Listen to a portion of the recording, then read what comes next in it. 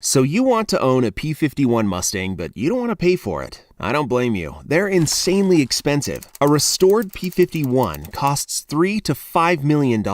Not to mention you'll probably pay about $1,000 per hour to fly it. But what if you could have that same ramp appeal with a much more affordable airplane? That's where the SW51 from ScaleWings comes in. It's a brand new 70% scale recreation of the original P51. It's made of carbon fiber, which means it's extremely light and strong. It even has over 100,000 unique details from the original P51 pressed into the carbon fiber. And it runs on a turbocharged Rotax engine. Due to how light it is, its power-to-weight ratio is almost the same as the original Mustang. You can own one of these brand new, starting at about $450,000, and operate it for less than $100 an hour, 10 times cheaper than an actual Mustang. Check out scalewings.com for more information.